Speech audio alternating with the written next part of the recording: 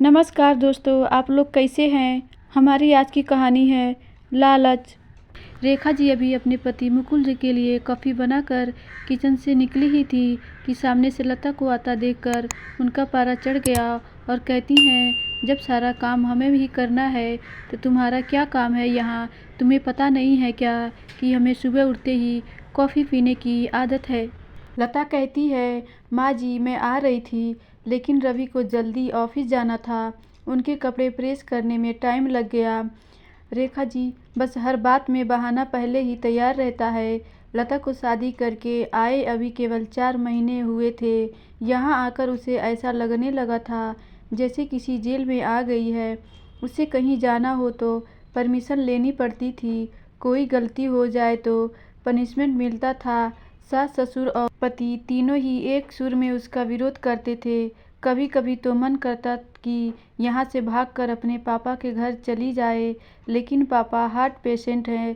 यह सब उन्हें पता लग गया तो न जाने क्या अनर्थ हो जाएगा। यही सोचकर सब बर्दाश्त करती रहती थी। लता ने जल्दी जल्दी सबके लिए नाश्ता बनाया।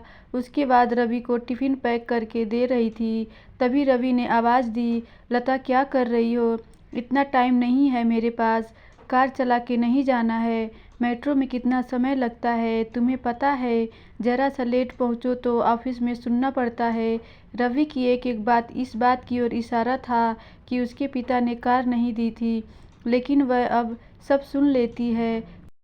पिता को कैसे बताए कि जिन्हें आपने उसका जीवन साथी चुना था वह पैसों का लालची है। एक दिन शाम को रवि घर आया तो उसने अपने पापा से बात की और कहा, अब मुझसे नौकरी नहीं होती। वो आपके पुराने दोस्त शर्मा जी मोटर पार्ट बनाते हैं, मैं चाहता हूँ कि उसकी सप्लाई शुरू करूँ। फिर रवि के पापा ने बोला, लेकिन बेटा उसके लिए तो कम से कम 10 लाख रुपए चाहिए होंगे, वो कहाँ से आएंगे। वही सोच रहा हूँ पापा, रवि ने कहा। तभी लता चाय बनाकर लाती है। लता को देखकर रवि कहता है, लता तुम अपने पापा से कुछ पैसे उधार ला सकती हो। लता का सब्र जवाब दे चुका था। रोज रोज के तानों से दुखी होकर उसने जवाब दिया कि रवि मेरे पिता के भरोसे मत रहना। उन्होंने मेरी शादी करके अपना फर्ज पूरा किया। अगर आपको नौकरी करने में दिक्कत है तो मुझे जॉब करने दो, दोनों मिलकर कमाएंगे। यह सुनकर रवि का पारा चढ़ गया। क्या बकवास कर रही हो, ज़्यादा जुबान चलने लगी है, रवि ने बोला। फिर लता कहती है, रवि मैं बहुत बर्दाश्त कर चुकी हूँ, इसलिए मैंने जॉब करने का फैसला किया है।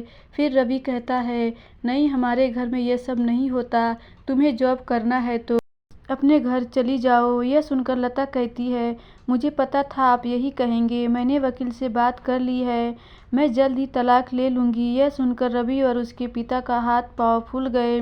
तभी रेखा जी वहाँ आ गईं और कहती हैं, देख लिया बहू को सिर पर चढ़ाने का नतीजा, निकाल दे इसको घर से बाहर। फिर लता कहती है, ठीक है मैं पुलिस को फ़ोन कर देती हूँ।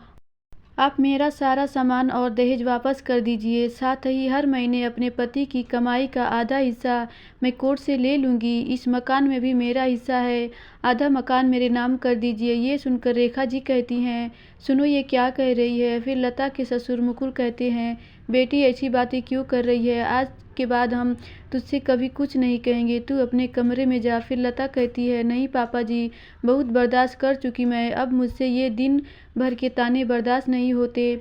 आप लोग इतने लालची होंगे ये मैंने कभी सपने में भी नहीं सोचा था। तब रेखा जी कहती है, इसके बाप को फ़ोन करके बुलाइए, इसके मुंह लगने से अच्छा है उनसे डायरेक्ट बात करें। फिर लता कहती है, माँ जी मेरे पिता हार्ट पेशेंट है, अगर इस बात को सुनकर उन्हें कुछ हो गया तो इसके जिम्मेदार आप लोग होंगे।